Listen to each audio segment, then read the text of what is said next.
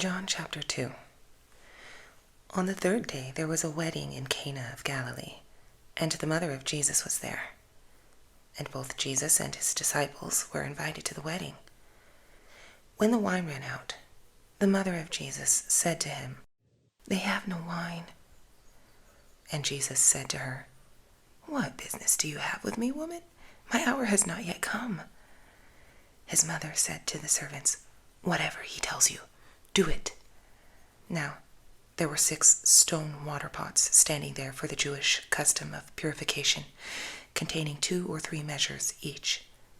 Jesus said to them, "Fill the water pots with water." So they filled them up to the brim, and he said to them, "Draw some out now, and take it to the head waiter." And they took it to him. Now, when the head waiter tasted the water which had become wine, and did not know where it came from, but the servants who had drawn the water knew, the head waiter called the groom and said to him, "Every man serves the good wine first, and when the guests are drunk, then he serves the poorer wine. But you have kept the good wine until now." This beginning of his signs Jesus did in Cana of Galilee, and revealed his glory, and his disciples believed in him. After this, he went down to Capernaum, he and his mother, and his brothers, and his disciples, and they stayed there a few days. The Passover of the Jews was near, and Jesus went up to Jerusalem, and within the temple grounds he found those who were selling oxen, sheep, and doves, and the money changers seated at their tables. And he made a whip of cords, and drove them all out of the temple area, with the sheep and the oxen.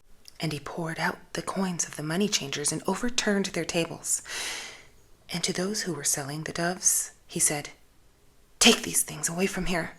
Stop making my Father's house a place of business." His disciples remembered that it was written, "Zeal for your house will consume me."